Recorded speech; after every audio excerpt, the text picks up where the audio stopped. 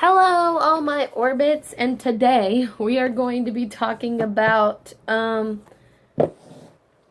favorite Loona eras. Now I got this idea from Ho for XUXI. I got this idea from her. Not, like I saw her doing who owned each era videos, and I love her. She is my life, my entertainment, my joy, and if I could edit like her, I would love, like, not edit just like her, but have good editing like she does and be nearly as entertaining. I'd be fucking flattered. But I decided today that I would share who I felt owned each Loona era, and I know what you're thinking. OT12 hasn't even had that many comebacks. How are you supposed to rank their eras? Well, for them, I'm going to do it a little differently. First of all, I'm going to be ranking all of them, but mainly talking about my number one the most and my least, I guess least favorite. I mean, they're all great, but like the one that least stood out to me as well, because I feel like that's kind of an interesting topic to talk about. I have no idea if I'm going to split this up into certain subunits or what, but, we're gonna have fun. We're gonna see, because I really like doing this stuff.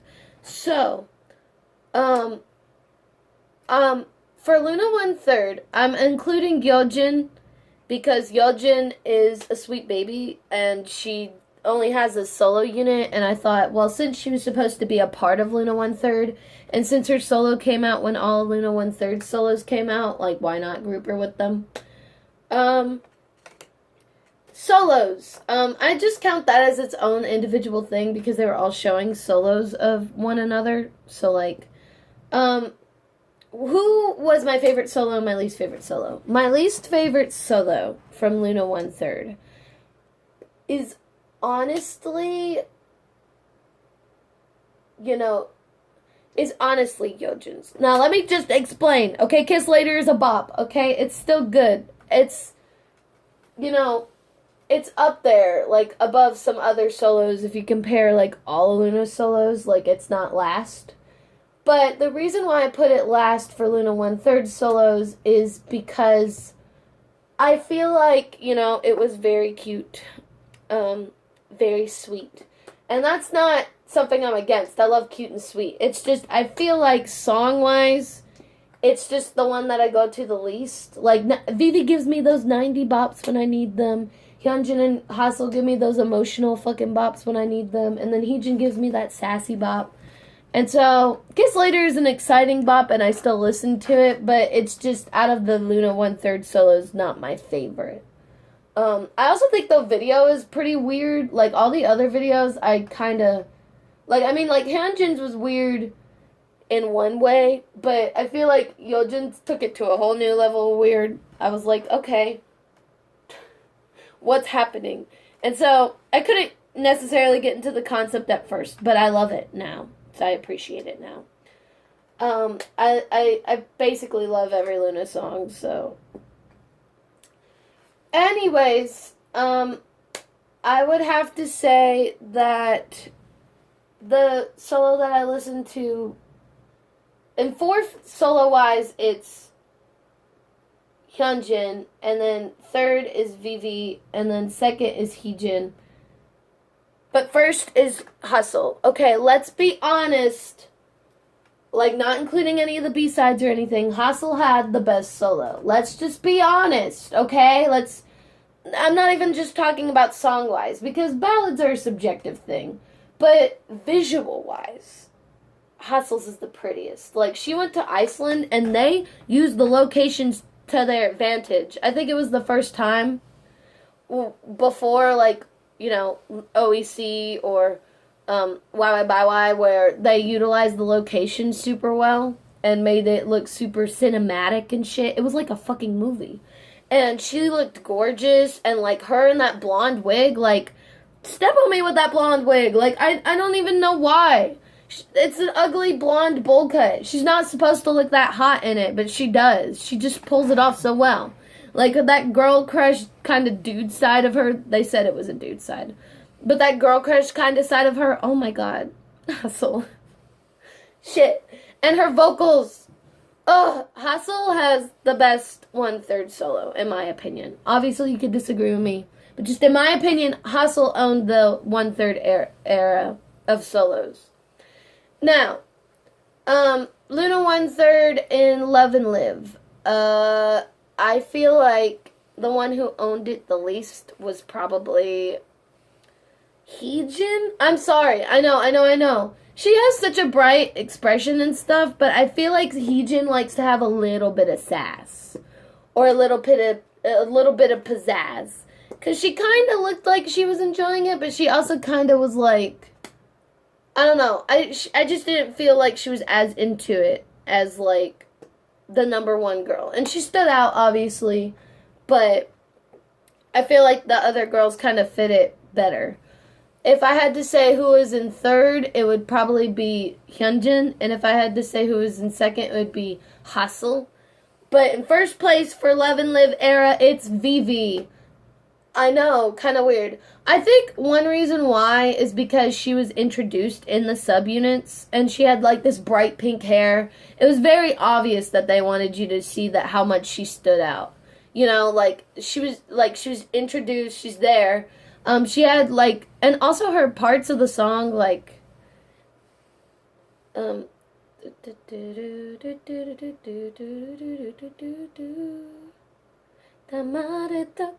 like, she just has such a sweet voice in Love and Live that, like, I adore it. I adore Vivi so much. Miss Vivi is precious. She's a precious angel.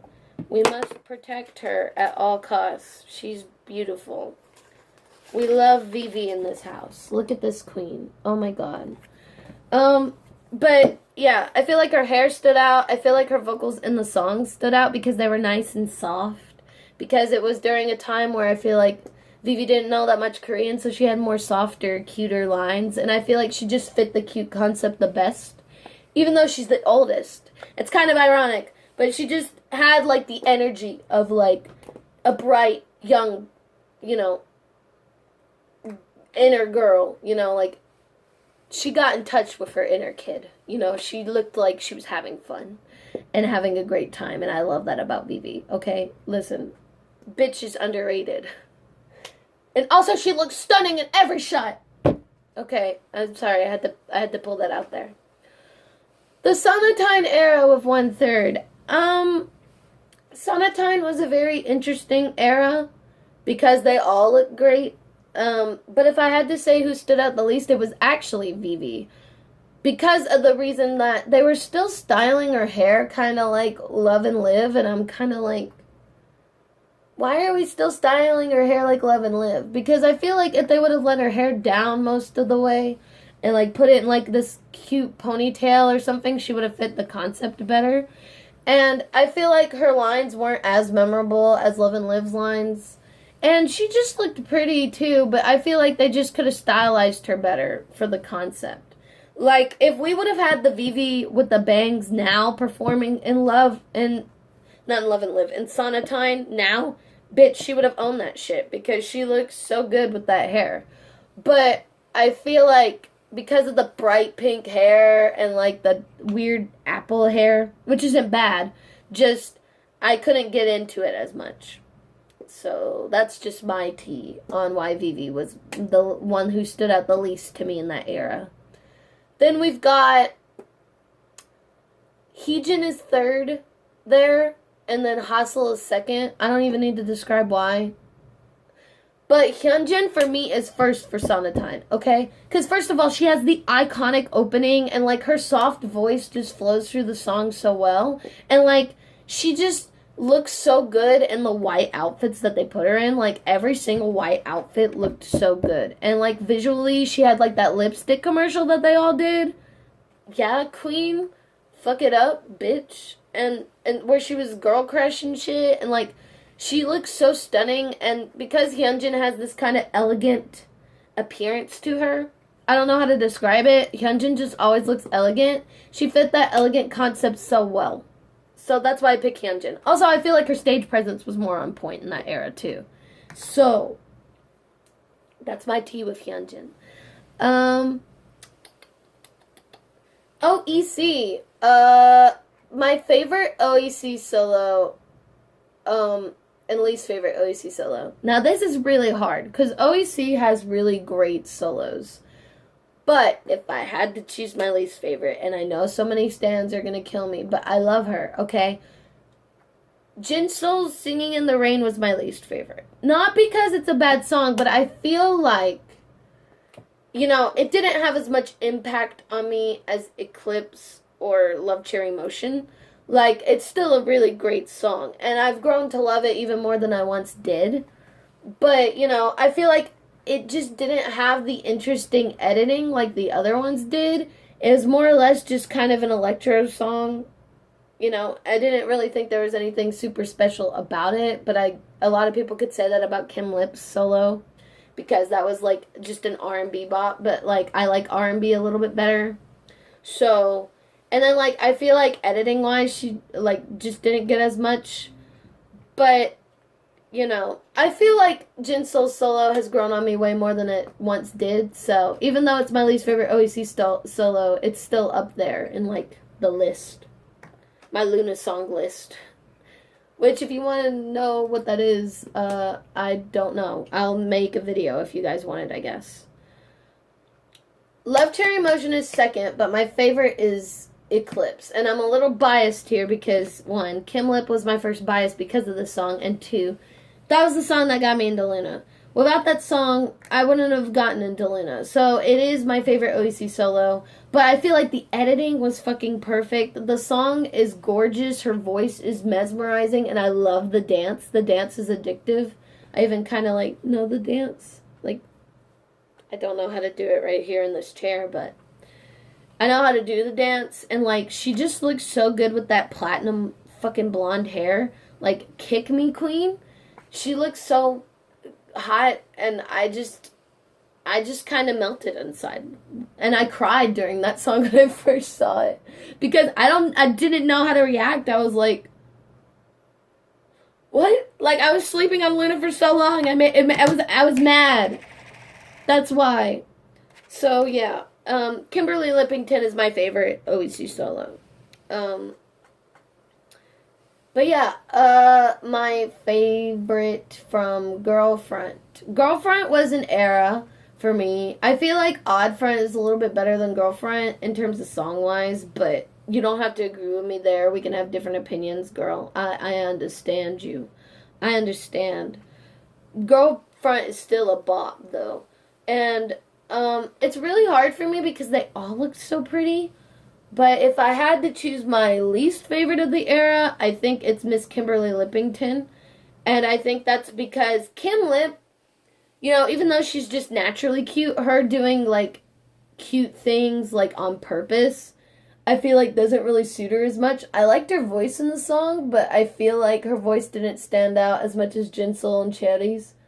Charity's. Sorry, I still slip up with her name sometimes. And so, whenever I watch Kim Lip during it, I'm like, girl, I know that you're trying to be cute, but like what?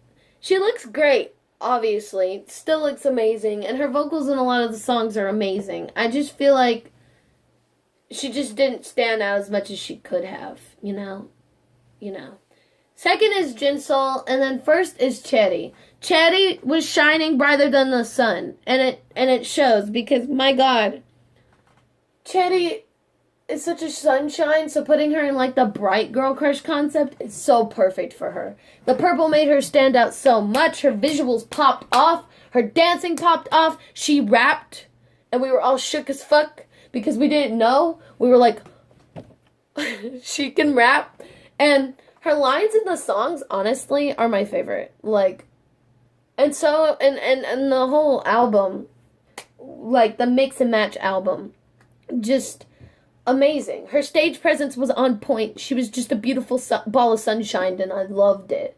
I loved it. Oh my God, Chetty in that concept, bitch, is killer. She came for blood. I don't know what else to say. And then Sweet Crazy Love or the Max and Match era, I feel like Chetty was actually last. And the reason why I say that is because it just felt kind of weird seeing her in this more serious concept because she was just smiling the whole time because she's a sunshine. I mean, she still popped off. And she pops off even more now. But, you know, also, like, I think during the time I was watching her, like, I was still a teenager and Kim Lip was still a teenager when I watched it. So, like, I think I was, like, about to turn 18. But, like, it just felt kind of weird to see Charity in that concept at such a young age. And I was, like, not used to it. Not shaming her or anything. Just, it was so weird. And I feel like even though the costumes fit her and I like the way that they did her hair, her lines just didn't do much for me. I don't know. She still popped off, okay? She just didn't pop off as much as the next two that I'm going to mention, which Kim Lip was second for this one. She looked great, but fucking Jinsol. This was when Jinsol showed me. Like, I mean, she already did with Singing in the Rain and Girlfriend, but she showed me in this one that she can go from cute to hot as fuck in like 2.5 seconds. I love her vocals in Sweet Crazy Love. They flow with the song so well. Her deeper tone does. I love the rap part where she's like, "Want a kiss on my cherry lips." Like, oh my god. What a sassy bitch. Like, I don't understand. She looked so beautiful, and I, unpopular opinion, like her hair better when it's kind of dirty-ish blonde rather than it being just bleach blonde. And she had the more dirtier blonde hair color in that whole thing. So I was like, bitch, pop off. We love you. We love Jinsol in that concept. And she looked good in every single outfit in her body roll. Oh my god. Her dancing improved so much, and I was just so happy for her. Like, shit. Okay. YY solos. Ew. Okay. This one's hard for me because YY is my favorite subunit in terms of music and stuff, you know, and also because she's in the subunit. But anyways, I tried not to be as biased for YY stuff as possible, but that's kind of hard for me. New is my least favorite, and that is simply because of the fact that I feel like it's just not a song that I'm super into. Like, I think it's good. I think it's a 6 out of 10, which is good for me. It's a good song. And I still love it. But it's just, like, not the one that I go to often. I have to be in the mood to listen to it. And I like the aesthetics of the video, but I feel like the aesthetics of the other girls' videos, I like just a little more. Like, you know, I feel like Eve's was kind of basic, but then everybody else had a clear aesthetic of what they were going for. So, like, I don't know. For me, just unpopular opinion, Eve's New is my least favorite YY solo and my least favorite Loona solo, but I still love Eve with all my fucking heart, okay? It's just not my type of song, okay? It's not the song that I'm gonna go to first when I go to Loona, you know? Then we've got Go On in third and Chew in second, but my favorite from the YY solos is definitely Egoist by Olivia Hay. First of all, it's not only, like, the first album that I got from Loona, but it was when Heju stole my fucking heart and soul and body and mind. She looks so good in that concept. You can tell that Heju likes girl crush concepts because she gets so into it. She just slays the shit out of everybody and becomes, like, this dancing queen and shit. Her visuals popped off. I loved the way that they coordinated and filmed the video. The colors were great. Like, and this is just such an empowering song. And, like, every orbit at first, like, whenever I see, like, orbits come in and, like, they're a Chew stan or something, and, like, I talk about Egoist, they're like, yeah, it's the best time. I just find that funny. She just, and, like, her photo book is so pretty to me. Like, it's just, oh my god. How beautiful do you have to be? We get it. You're fucking gorgeous, okay? We understand, sis. We don't need you to do this to us. Oh my god. Just everything about this, sign me the fuck up. It's such a good song, too. Like, oh my god. Now, Beauty and the Beat. My least favorite visually-wise from Beauty and the Beat is actually Chew. Hold on! Don't attack me, okay? Don't attack me. But I feel like Chu's vocals popped off for sure. But I feel like they didn't really do anything with Chu to make her stand out. Like, they kind of just made her the cute queen and that was it, which she's always the cute queen, so, like, who cares? But at the same time, I feel like there could have been more done. Like, I feel like just, I don't know. She just didn't stand out that much to me. You know, she was Chu. She slayed still. But she didn't do anything that popped off to me. You know what I mean? I don't know.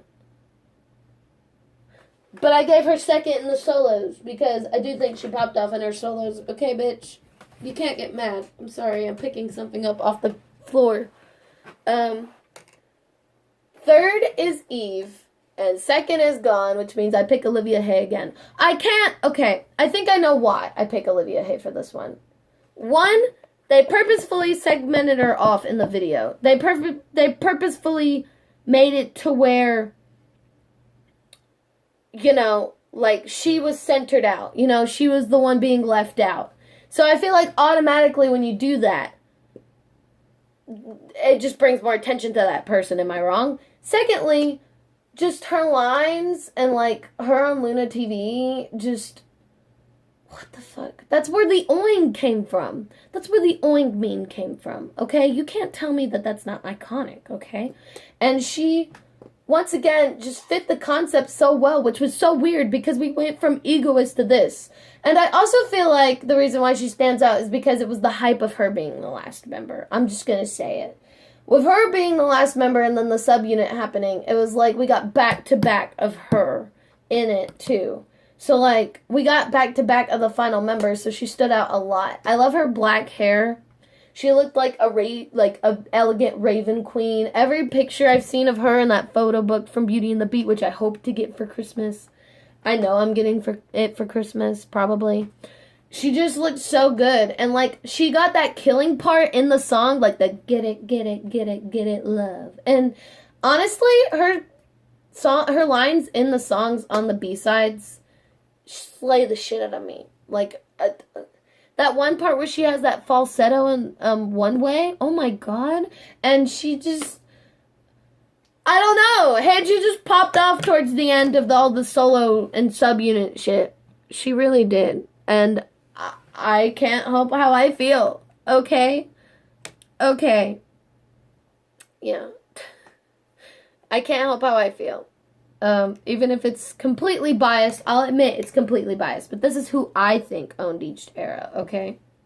We can agree on that. So I was going to do Loona OT12 in this one, but I'm running out of battery life. And so I'm just going to do a Who Owned the Debut Era Loona edition, okay? And I'm going to do that one, and it'll be a separate video from this one, but it'll be kind of part 2, I don't know. Where I basically will talk about their pre-release favorite because they had enough stages for me to decide. And also Hi. So, yeah, I hope that you enjoyed that. And I'll see you in the next video. Bye!